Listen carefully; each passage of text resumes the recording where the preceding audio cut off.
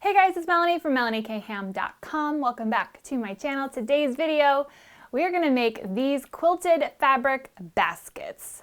So cute. So fun. They're good size and I designed them to be with things that you mostly have on hand. So we have scrap batting and SF101 interfacing, which is my favorite interfacing. I buy a bolt of it at a time. That's how often I use it. You probably recognize that sound of the interfacing. So if you have those two things, you'll be able to do this basket, no problem.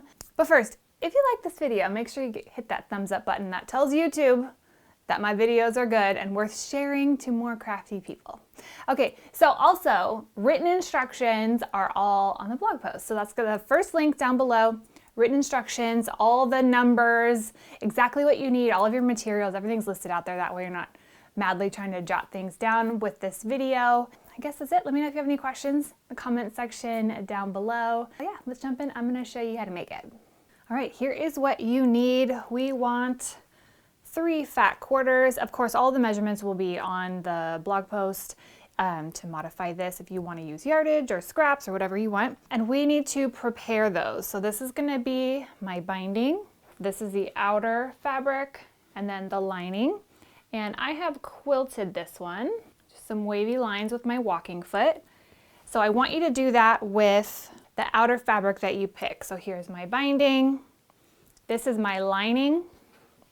So this is just a fat quarter, ironed out, lined with SF101 or I think woven fuse. It's basically like the woven interfacing. It really helps give that cotton some structure. And then here's my outer piece. So I used my walking foot and quilted it. This is a fat quarter with the SF101 and then a scrap piece of batting. Quilt it however you want, straight lines, wavy lines, totally up to you. And then once that is all done, if you're a beginner, just do some straight lines. It doesn't even have to be perfect. And then we need to trim this up. So we want to trim off all these edges and get it all cleaned up. So depending on what size your fat quarter is, you just need to trim it so that it's nice and even and square. So square meaning that all of our corners are 90-degree angles. And a fat quarter is 18 by 22. You're going to cut it to about 17.5 by 21.5. So just to kind of give us a chance to clean this up. Because some of you might have different size fat quarters, but with our lining, we want this to be a 1/4 inch smaller than our outer. Because sometimes the lining can be a little bit like billowy inside here. So we don't want that to be too much, so we make it just slightly smaller.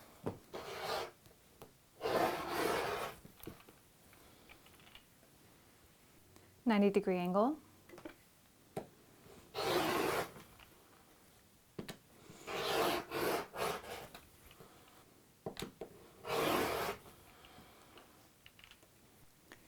Okay, my outer ended up trimming down to about 17.5 by 21. Trim down our lining to about a 1/4 inch smaller than that. Okay, so my outer and my lining are cut. Now this is the fat quarter that I used for this box. And so 1 fat quarter is enough to make the binding for 2 fabric boxes. So that's how you can maximize the fabric, and we need to cut 2.5 inch strips from the long side, and we're going to need 3 strips.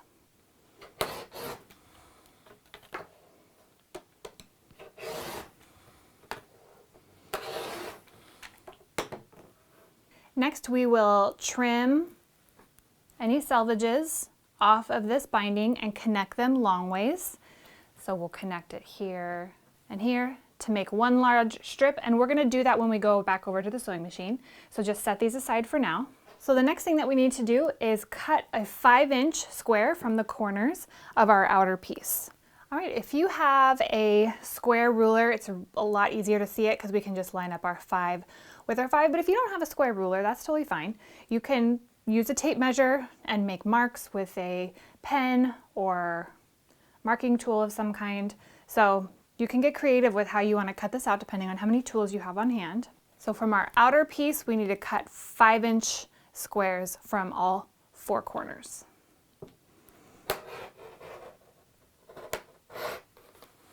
I get as close to the corner as I can, and then if I need to use scissors, then I'll do that. Okay, about to do my lining piece, and I'm gonna do, line it up close to the 5, but I'm gonna do just 1/8 of an inch larger cut. Again, so that that lining doesn't get too bulky in there, but we don't want it to be too small. So just slightly larger than 5. And if you just do 5, that'll be fine.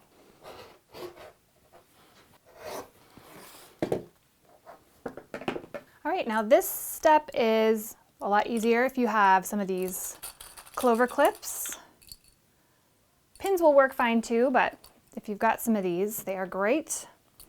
And we are going to clip this section. So we're going to fold it upwards, and you can see there's the corner of our box.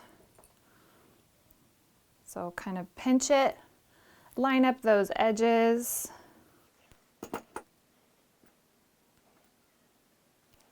Clip it in place, and do that for the 4 corners on the outer and the 4 corners on the lining.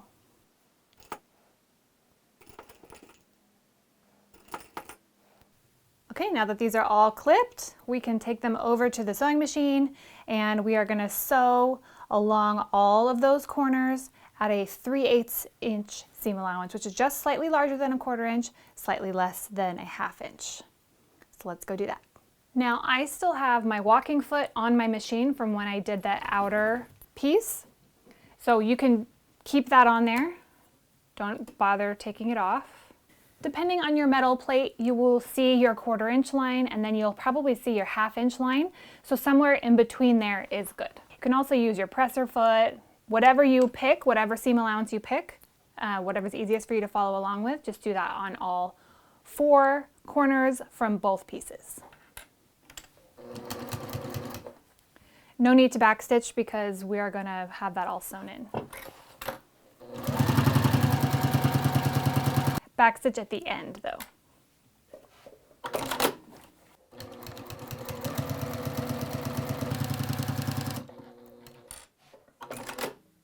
Okay, so now we can take our outer piece, flip it right side out, kind of pop out those corners.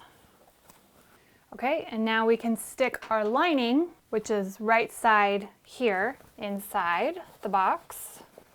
Just make sure it's fitting well before you move on to the next steps, because here is where we can make those adjustments. And it might take a little bit of fussing with it to make sure. Just make sure it's looking good, and then we can set this aside. If you have not done so already, go ahead and make your one long strip of binding so you can sew our 3 sides together. Or if you happen to have a scrap or some other option, that's awesome too. And once you have your long strip, you'll take your seam and iron it open, and then fold it over so that that seam is on the inside, and you will iron the entire length of your binding to get that ready to go.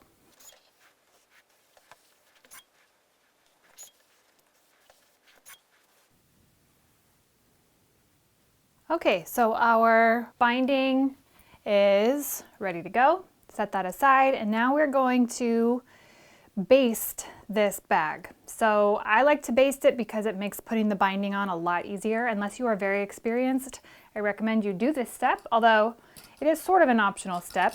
But what we're going to do is get our corners, and I'm going to go opposites with those seams. I'm going to line up those seams and clip it. So do the corners first.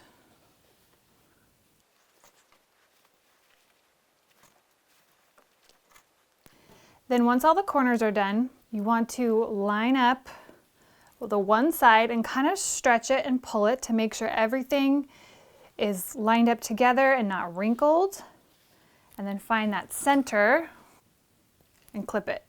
And then same thing from the next 2 clips. This clipping is going to make your life a lot easier when you actually go to do your sewing. Okay, so even on the sides, you're gonna kind of pull it and get it nice and taut and even.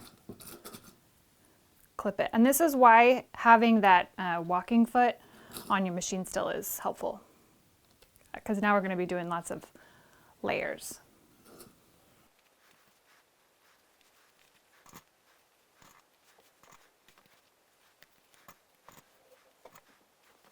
Okay, now that we are clipped, we're going to go over to the sewing machine and we're going to do a basting stitch, which is just pump your stitch length up to a size 4 or 5, and we're going to just baste around this edge to make our life easier for attaching our binding. Okay, stitch length up. I'm going to do this from the outer side. I'm going to use the width of my presser foot. If you happen upon any puckers, pull this out and then don't take this pin, and then you're going to smooth it out and sort of ease that in. That's why this basting step is really helpful, because we're going to get rid of all of those things now, and even if you have a pucker or two, it's going to end up underneath your binding and it makes your life easier and not have to be perfect.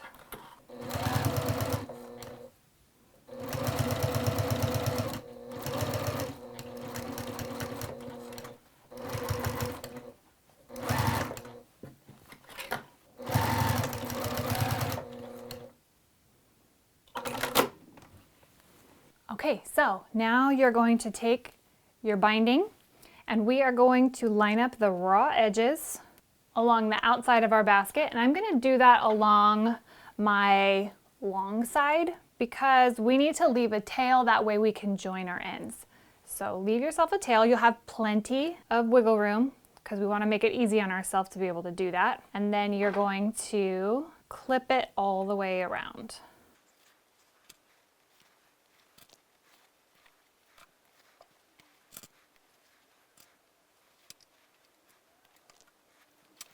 Okay, so you can see I actually have a whole length left. So if you need that extra wiggle room, you'll have plenty, plenty, plenty. I'm going to cut that. I'm going to start sewing here. Okay, that way I have plenty of wiggle room to do this join, which I'll show you how to do in a second. So start here. You're going to sew all the way around with a walking foot at about 1/4 inch seam allowance. Go ahead and backstitch. And make sure your stitch allowance is back down to a 2.5 to 3.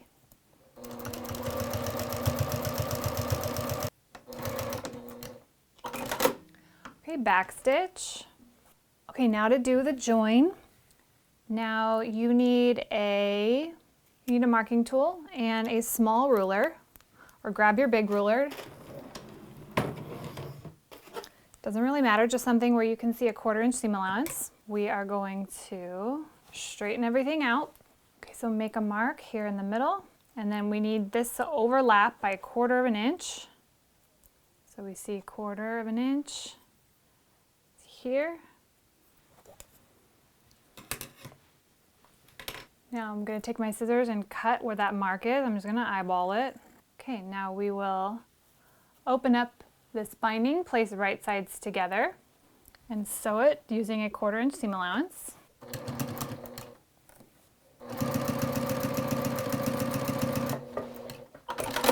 Okay, and then finger press this open, fold it, and then make sure it's all lined up. So that looks great. You can finger press this open so that it's not too bulky there in the seam, and then finish sewing it down. Back stitch at the beginning and the end.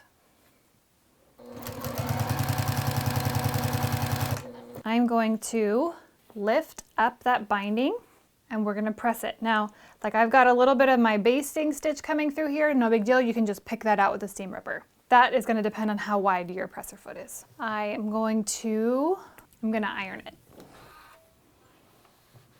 So you'll iron it going all the way around, flip it over and clip it. And then we need to make sure it's going down far enough on the other side, because what we're going to do is sew right here in this ditch, and that will catch the inside of our basket. So here's what that looks like.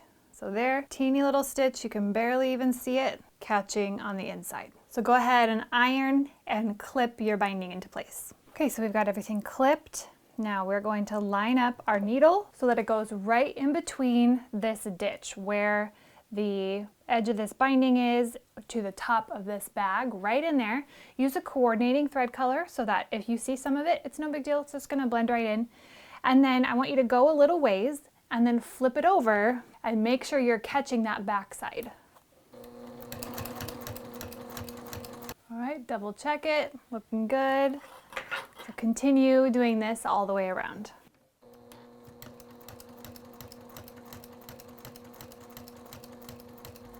Okay, now the next thing we're gonna do is iron it. So we wanna iron it at the creases. So we're gonna iron it here. And this is just gonna help everything sort of stand up.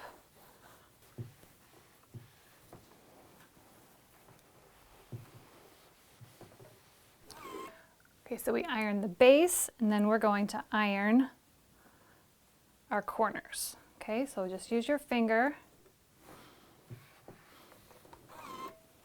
So you can see the difference between the iron side and the non-iron side.